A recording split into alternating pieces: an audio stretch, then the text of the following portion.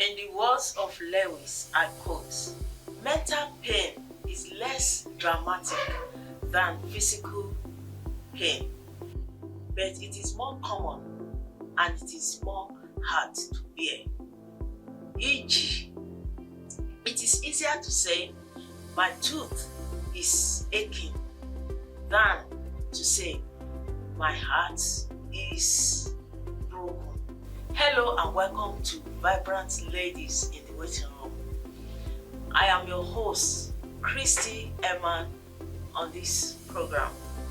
Today's episode is titled Mental Health, subtopic Unravelling Depression. And of course, to do justice to this topic is a guest in the house. He's a doctor who is going to take us on this topic. Let's go for a quick break. And when we return, I will be introducing my guest. So stick around with us till after the break. Vibrant Ladies in the Waiting Room with Christy. Keep watching Vibrant Ladies in the Waiting Room. Our vision is empowering and encouraging single and married women in their waiting period. Keep watching Vibrant Ladies in the Waiting Room with Christy. For counseling, prayers and sponsorship, contact 0803 112 2669 and 0809 424 25. You're most welcome. Thank you very much. It's a pleasure to have you here. Thanks so kindly for taking our time to be here in spite of your busy schedule. Thank you. It's always interesting to talk about health. And of course, it's always interesting to be on the show. Yeah, thank you. So, can we meet you? Okay, I'm Dr. Chinonso. I'm a medical professional. I'm highly interested in healthcare quality, healthcare data analysis, public health, and everything around that. Currently, I work in healthcare management, but I do a bit of hospital, work with hospitals, work with patient care, work with ensuring that people get the healthcare quality that they deserve. And I have a bit of interest in mental health and the effects of personal development on mental health. So I'm working a bit in that space as well. Thank you so kindly for that introduction. And today's topic is mental. Today we are taking mental health and a subtopic of unraveling depression, because depression has really affected so many people and is still affecting people. So it's something we really need to look into, how we can find solution to that. So if to enjoy this topic, I think we need to define what depression is, so that people will really understand what depression is. So depression is a mental health condition that is characterized by low mood, changes in behavior, difficulty concentrating, difficulty sleeping, and just general shift away from the normal self that the person is. That's really the general classification or definition of depression. Okay. Thank you so very much. And can I ask that what are the signs and symptoms of a depressed person? Okay, that's a very good question when it comes to depression. So, for somebody who's depressed, it could range through a lot of things, right? But generally reported are low or persistently low mood, sadness, difficulty concentrating, difficulty sleeping, loss of weight, loss of appetite, and in extreme cases there could be thoughts of self-harm or thoughts of suicide. So what are the causes of this?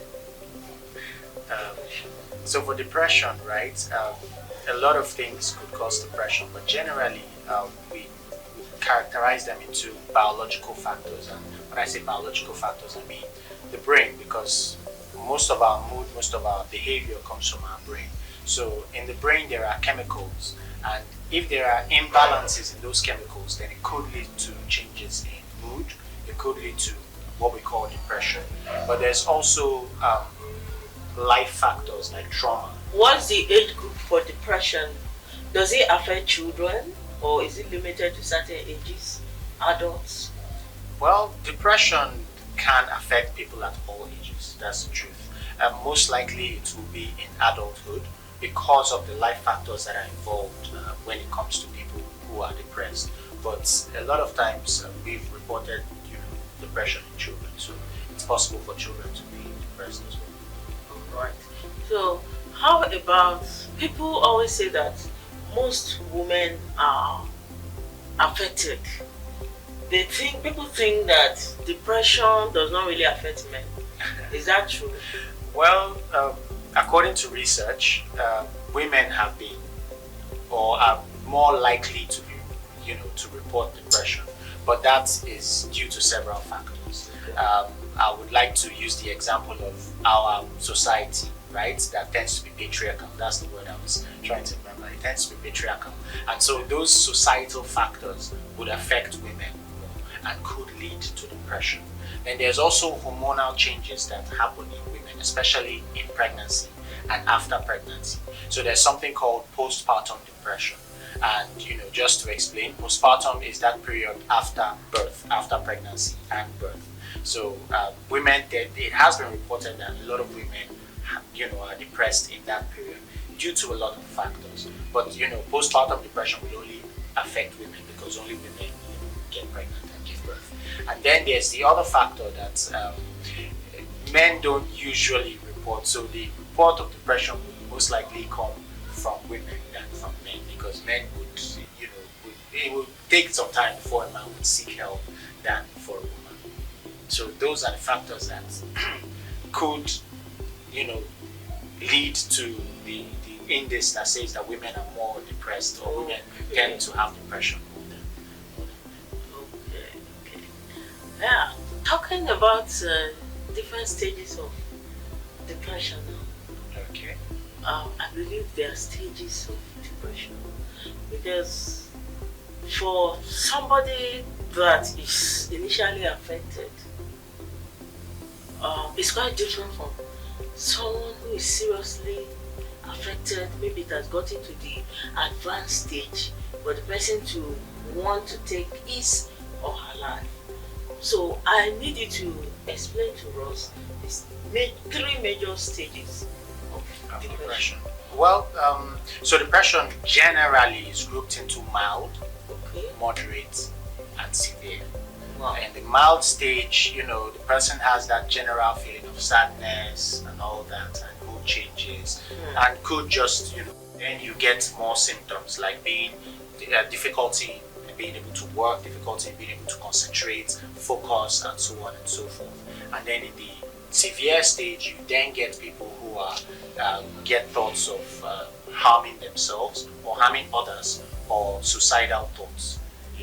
So, and I would like to point out at this stage that we all feel that sadness, right? We go through life, we feel that moment of sadness and and general mood change and low energy. But when it begins to stay in that, when we begin to stay in that mood or oscillate between moods frequently, then that's the onset of depression. And at that stage, it's a serious stage. Yes, at that stage, it's at the severe stage. It's it's important that we seek help. Because I was going to ask you about that. Yes, at the severe stage is important. It's very important to seek help, to speak out and seek help. Because I believe that those who took their life or otherwise that got to a very serious stage and they harm themselves also, maybe they couldn't seek help, or they didn't seek help, or is it that people didn't notice it, or what?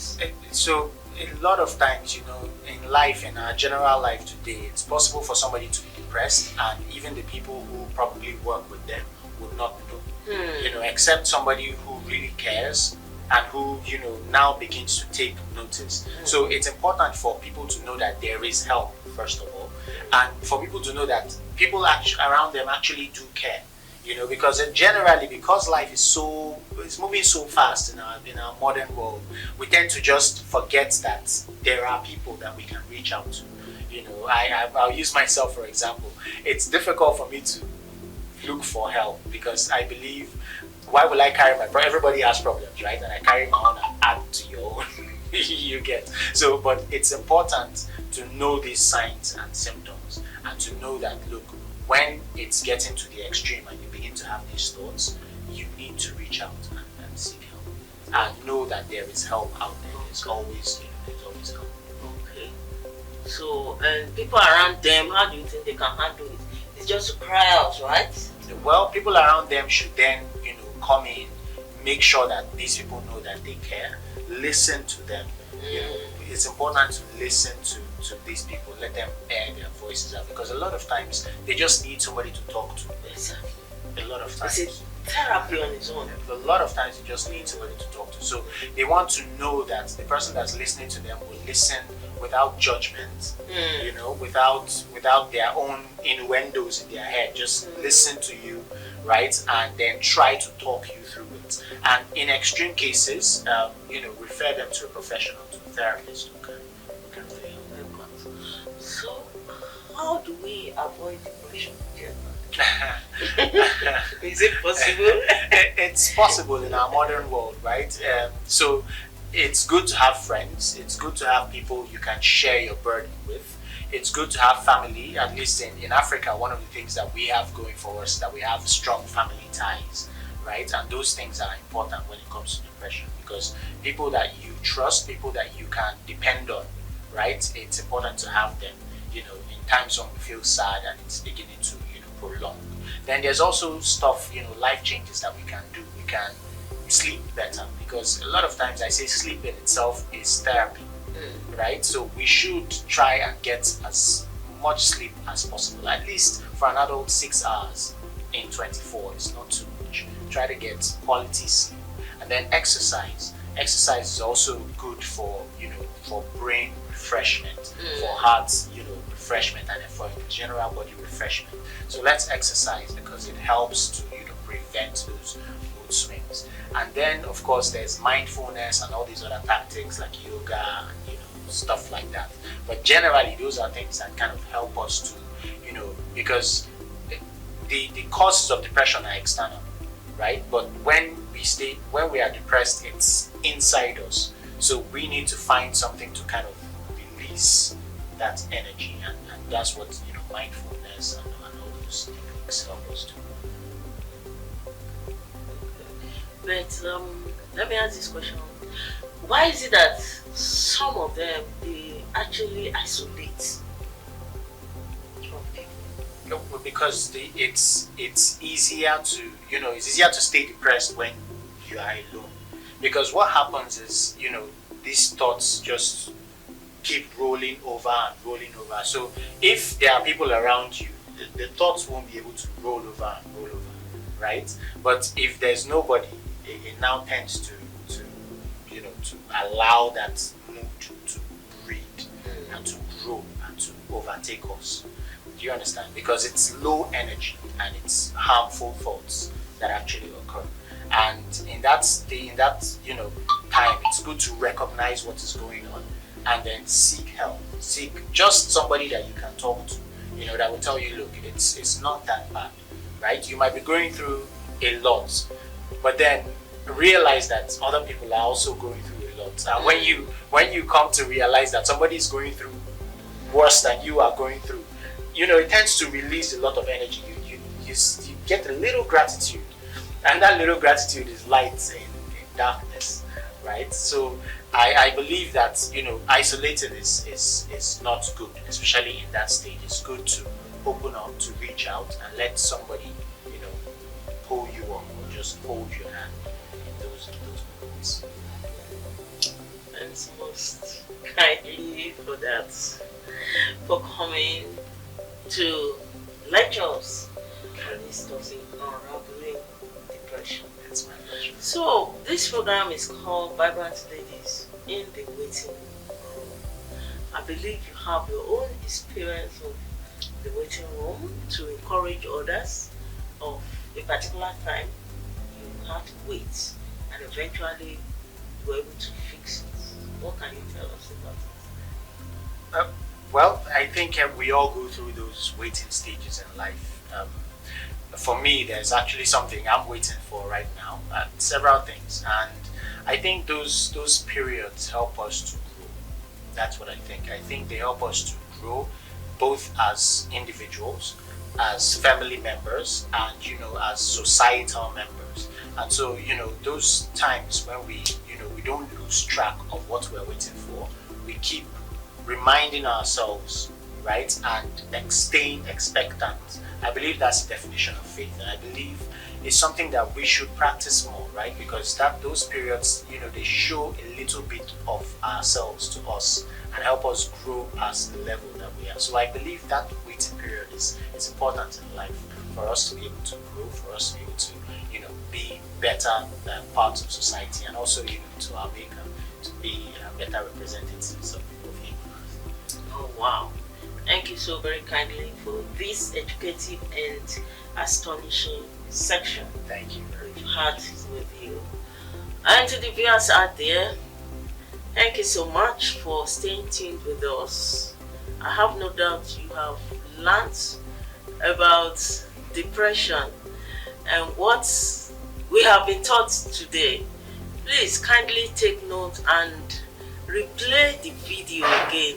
I'm sure you will learn so much and you'll be able to help a depressed person. Thank you very much. Until next time, when we come your way again. Bye bye. Say bye to them. Bye.